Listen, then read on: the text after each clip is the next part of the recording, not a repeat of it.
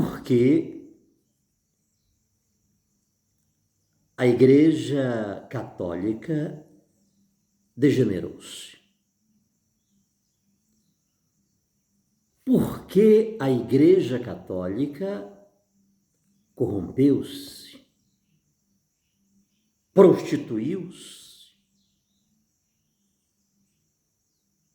tornou-se morada de demônios.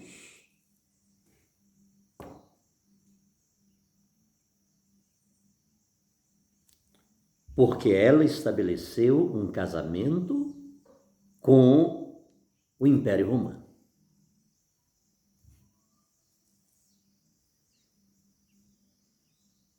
Porque ela aceitou nas suas fileiras o chefe desse império, o imperador Constantino. Isso foi o suficiente para que aquela igreja, que era pura, que era santa, que era fiel, que não tinha mancha, que não tinha ruga, se corrompesse. A partir de então,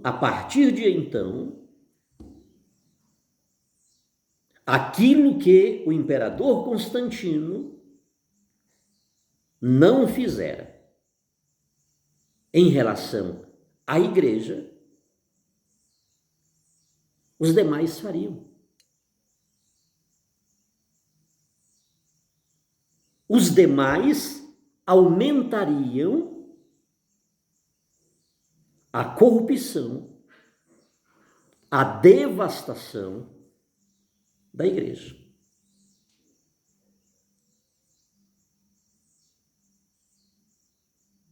Em uma palavra, isso é dito que com o imperador Teodósio, lá em 380, pronto. Agora, literalmente, aquilo que começara com o imperador Constantino, agora deu o passo definitivo. Agora foram ao cartório, eu sou teu marido, tu és a minha esposa.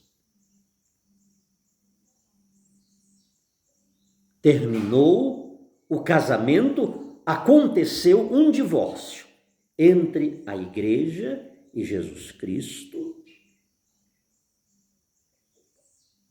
E no lugar de Jesus Cristo entra o imperador Constantino. Agora tu és carne da minha carne, tu és osso dos meus ossos. Pronto.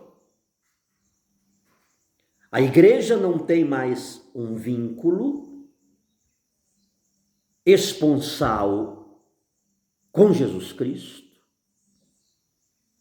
com o Cordeiro de Deus que tira o pecado do mundo, com aquele que tanto amou a sua igreja e a si mesmo se entregou por ela para purificá-la. A igreja perde este vínculo com aquele que é o mesmo ontem, hoje e sempre, com aquele que é o alfa e o ômega, o princípio e o fim. E no lugar dele entra o imperador. Não era alguém fraco, não, era alguém forte. Afinal, era um imperador do Império Romano. Era o Império Romano. Mas não era mais Jesus Cristo. A partir de então, a igreja divorcia-se de Deus, a igreja divorcia-se de Jesus Cristo,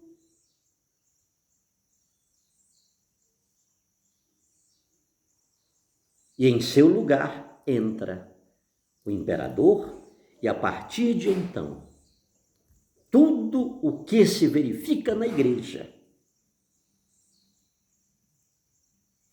são as mazelas humanas. Não precisa dizer nada aqui.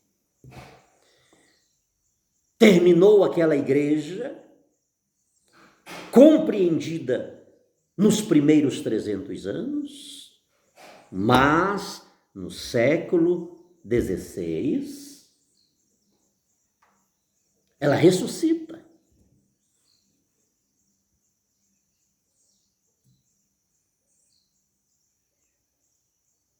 Aquela igreja que nos primeiros 300 anos fora casada com Jesus, ela ressuscita aqui no século XVI.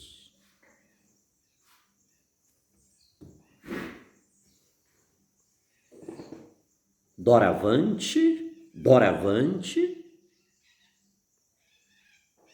já que quem está em Cristo é uma criatura nova, né?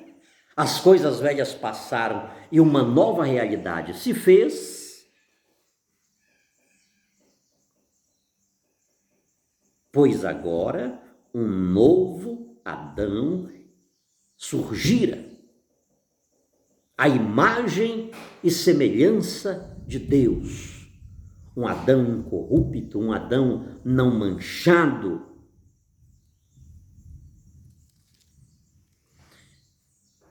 O que nos interessa agora é fazer a vontade do Pai. O que nos interessa agora é o reino dos céus. O que nos interessa agora não são os poderes seculares, os reinos da terra. O que agora nos interessa não é aquilo que o ferrugem consome, aquilo que os ladrões roubam. Não, isso acabou para nós. Agora queremos manter aquela fidelidade que tínhamos nos primeiros 300 anos.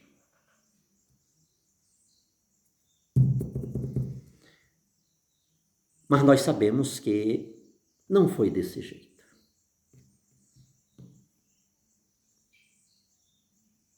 Não foi e não é desse jeito. Aliás, aquele movimento de reforma, ele já começa sob a égide do poder secular.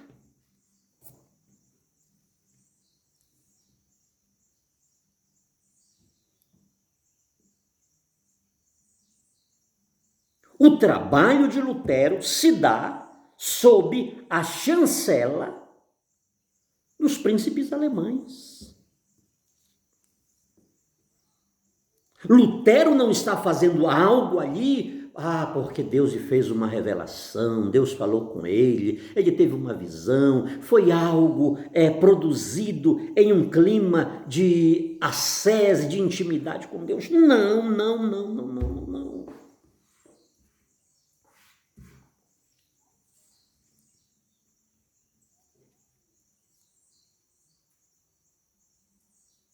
Há um poder secular por trás para derrubar a Igreja Católica. Há um poder secular ao lado de Lutero para destronar Roma.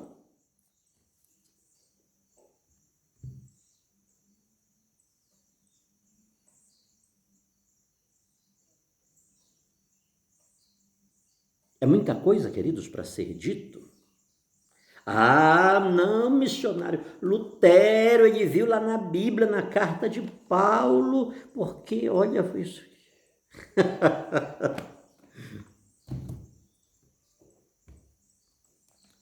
Quando Lutero estabelece o princípio da sola escritura, do somente a Bíblia, é porque ele encontrou na Bíblia, no texto sagrado, a resposta para o grande vazio da sua alma. Foi. Mas que coisa! Que ele morreu e essa ferida não foi curada? Depois que ele encontrou essa verdade, não pela verdade em si, não pela verdade em si,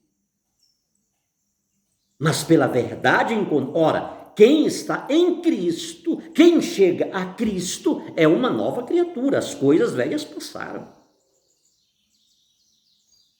Se o meu encontro com Jesus Cristo deu-se, o meu casamento com Jesus Cristo deu-se através de um texto das Escrituras, que, agora, então a partir de então preciso ser uma criatura nova, aquilo que era velho passou. Diga aí para mim. Vamos dizer que antes de 1517, Lutero não conhecia os textos sagrados? Ele não lia as Escrituras? Ele não tinha e era proibido de ter qualquer contato com as Escrituras?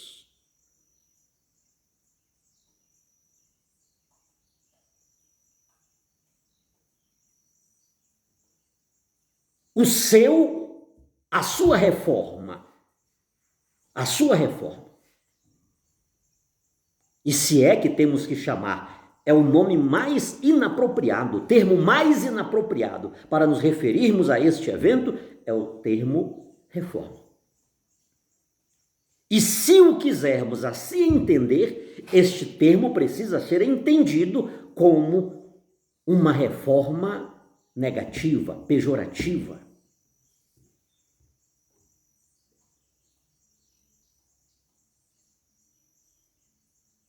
Lutero achou, naqueles dias, ele achou um exemplar da Bíblia. Aí então nasceu nele o desejo imediato de fazer aquela reforma. Foi assim que aconteceu? Ou ele fez a reforma e depois achou um exemplar da Bíblia e disse: esta é a verdade. Por que quando ele, na Igreja Católica, que tinha um vasto e amplo conhecimento das Escrituras. Pesquise aí Lutero e Erasmo de Roterdã. O que foi que Erasmo de Roterdã disse para Lutero? Eu já falei isso várias vezes, mas não custa repetir, sobretudo neste contexto. Quando Lutero disse que ia colocar a Bíblia na mão do povo, Erasmo disse assim: tu não faz isso. Não faz isso porque tu vai dividir a igreja. O povo não está preparado para deparar-se com um texto sagrado devido à sua complexidade.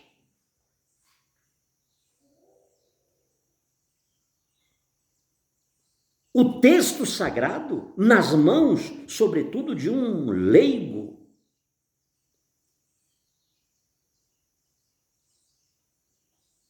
que não conhece nem a sua língua nata, minimamente, o que vai fazer? O que a gente presencia hoje. Erasmo de Roterdã disse: não faz isso. Isso não vai dar certo. Lutero disse: não, isso não vai ter problema nenhum. Porque as pessoas que vão ler a Bíblia, elas vão ser iluminadas pelo Espírito Santo. Então elas não vão correr o risco de errar, de fazer uma interpretação equivocada. Lutero e Erasmo de Roterdã eram amicíssimos. A história se nos diz que aquele foi o último encontro daqueles dois grandes amigos. Erasmo compreendeu que Lutero não podia estar sendo sério, porque ele sabia, e para ser bem pródigo, 15 dias depois, 2 semanas depois, o caldo já estava derramado. Cada um já estava puxando para cá, o outro puxava para ali, o outro entendia de uma forma.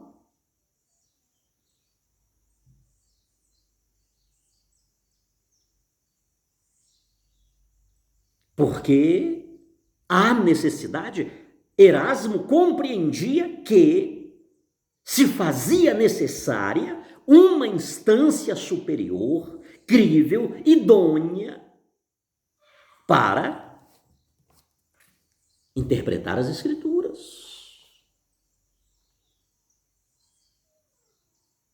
O livro sagrado, aleatoriamente, nas mãos de qualquer pessoa, iria produzir uma devastação. O que aconteceu? E hoje mais ainda.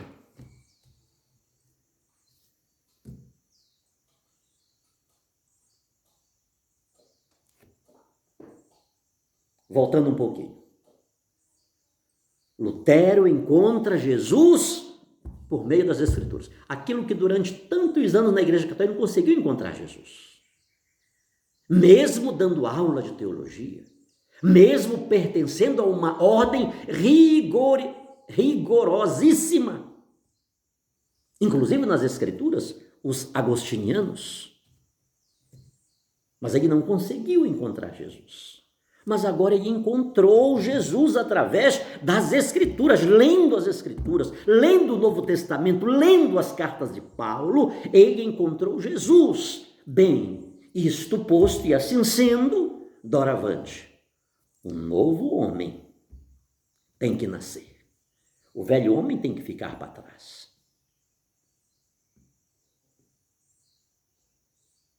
O velho homem tem que morrer.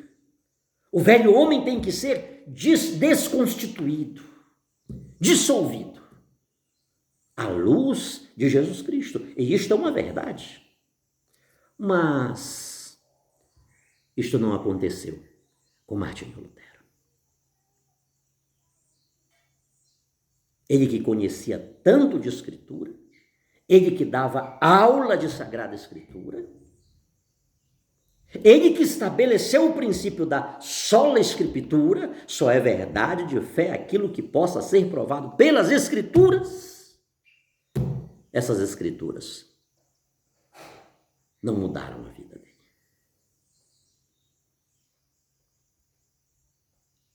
E os biógrafos dele, contam isto fartamente.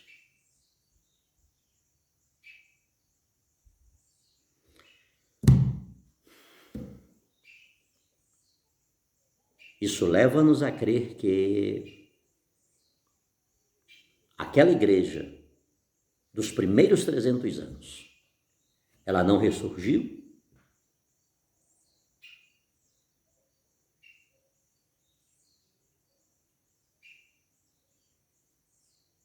continua a surgir um sistema religioso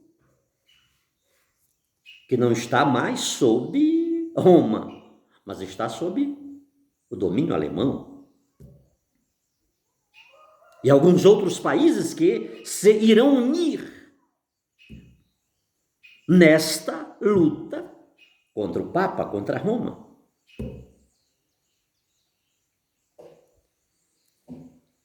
E até hoje, esta situação continua. Eu volto com este tema. Mas continuo convidando você, meu irmão e minha irmã, queiramos estar hoje naquele casamento, em Caná da Galileia, onde estiveram presentes a mãe de Jesus Cristo. E no próximo vídeo eu vou começar a falar sobre a mãe de Jesus Cristo, que esteve presente naquele casamento. João capítulo 2, versículo 1. Leia esse texto, por favor, porque iniciaremos o nosso próximo vídeo a partir desta afirmação de São João. Maria, a mãe de Jesus, estava ali presente.